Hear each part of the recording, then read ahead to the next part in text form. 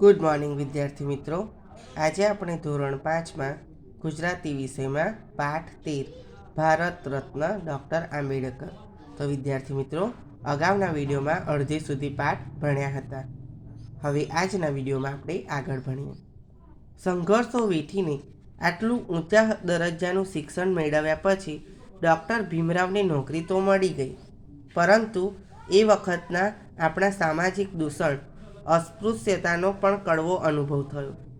તે એટલે સુધી કે એમની જ ઓફિસનો પટાવાળો પણ એમની સાથે ગેરવર્તાવ કરતો હતો.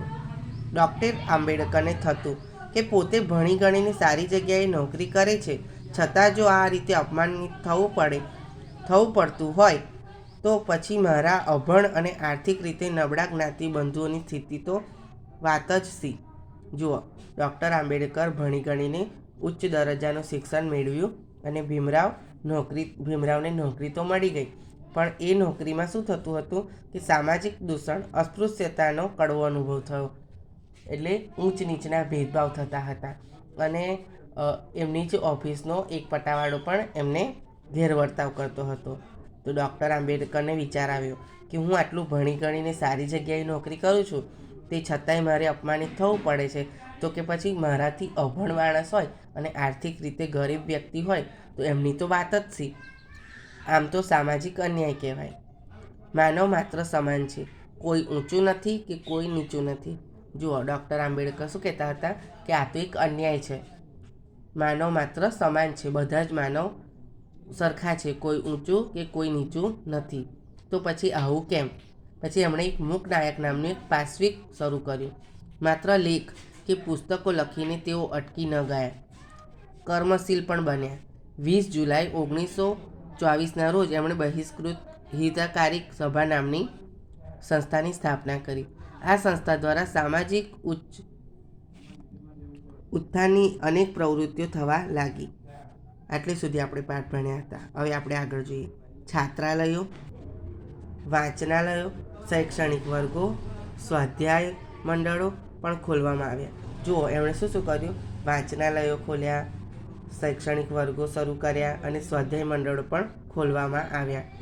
સાથે સાથે પ્રજાની આર્થિક સ્થિતિ સુધારવામાં આશયથી ઔદ્યોગિક અને કૃષિ વિષયક શાળાઓ આ સંસ્થામાં ચલાવવા લાગી.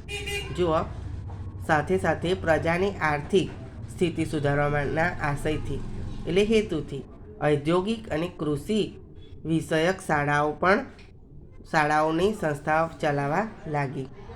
શિક્ષણ વગર સમાજને ઉત્કૃષ્ટ શક્ય જ નથી. એ સત્ય ડૉક્ટર આંબેડકર સમજી ગયા હતા. ડૉક્ટર આંબેડકર સમજ્યા હતા કે શિક્ષણ એટલે કે ભણતર વગર કશું જ શક્ય નથી. સમાજની કેટલીક જ્ઞાતિઓની જેમ સ્ત્રીઓની સ્થિતિ પણ દયનીય હતી. જુઓ, સમાજની કેટલીક જ્ઞાતિઓની જેમ સ્ત્રીની સ્થિતિ પણ દયનીય હતી. દયાજનક હતી. ડૉક્ટર બાબા સાહેબનું હૃદય આ જોઈને પીગળી જતું. સ્ત્રીઓ માટેના સમાજના કાયદા એટલા તો નિર્બળ અને આપખુદ હતા કે ન પૂછો વાત. આંબેડકર સાહેબ સ્ત્રીઓને શિક્ષણ પ્રત્યે અભિમુખ કરી, બાળ લગ્નનો વિરોધ કર્યો, વિધવા વિવાહનું સમર્થન કર્યું. સ્ત્રીને પણ એવો વારસા હક મળવો જ જોઈએ જેવો એવા આગ્રહ સેવનાર આમ અલબત્ત બાબા સાહેબ જ હતા. બાબા સાહેબનું એક સૂત્ર ગાંઠે બાંધવા જેવું હતું: શિક્ષિત બનો, સંઘર્ષ કરો અને સંગઠિત બનો. તેઓ સ્ત્રીઓને સમાજનું આભૂષણ લખાવતા. સ્વતંત્ર ભારતના કાયદા પ્રધાન બનેલા બાબા સાહેબે ભારતીય સંવિધાનમાં પણ લિંગભેદ નષ્ટ કરીને નારીને ગૌરવપ્રદ સ્થાન અપાવ્યું. સ્ત્રીને શિક્ષણ મેળવવાનો, સત્તા સ્થાને પહોંચવાનો, વિવાહ વિચ્છેદનો, પિતાની મિલકતમાં ભાગ મેળવવાનો અને પુનઃ લગ્નનો અધિકાર પણ અપાવ્યો. જુઓ, ડૉક્ટર બાબા સાહેબ આંબેડકરે શું કર્યું હતું કે સ્ત્રીઓની સ્થિતિ કેવી હતી? દયનીય હતી, એટલે કે દયાજનક હતી. એ લોકોને કશું જ પૂછવામાં કે કશું કરવામાં આવતું ન હતું. ડૉક્ટર બાબા સાહેબે શું કર્યું કે એમને શિક્ષણ અપાવ્યું, ભણવામાં છોકરીઓને આગળ વધારી.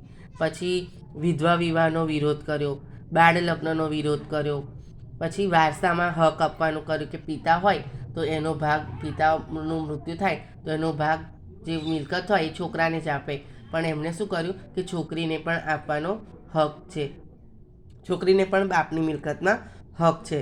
એ રીતે એમણે સ્ત્રીઓની જે દયનીય સ્થિતિ હતી એમાં પણ સુધારો કર્યો.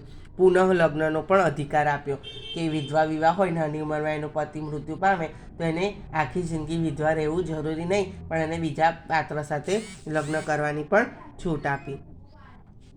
કાયદાઓની સાથે સાથે બાબા સાહેબે સ્ત્રી શિક્ષણને ઉત્તેજન મળે એવી શુભનિષ્ઠાની પ્રેરણાઈને વિદ્યાર્થીઓને ફીમાં છૂટ અપાવી. જુઓ, કાયદાની સાથે સાથે બાબા સાહેબે સ્ત્રી શિક્ષણને ઉત્તેજન મળે એટલા માટે શું કર્યું કે છોકરીઓને ફ્રીમાં ભણવાની છૂટ અપાવી. છાત્રાલયો બાંધવા માટે વિનામૂલ્યે જગ્યા અપાવી. છોકરીઓ માટે રહેવા માટે છાત્રાલય બાંધવા માટે ફ્રીમાં જગ્યા અપાવી, વિનામૂલ્યે એટલે પૈસા વગર. નિધિ એકત્ર કરીને ભોજનની વ્યવસ્થા પણ કરાવી. એટલું જ નહીં, સ્ત્રીઓને મતદાન કરવાનો અધિકાર મળે એ માટે આગ્રહ સેવનાર આ બાબા સાહેબ જ હતા.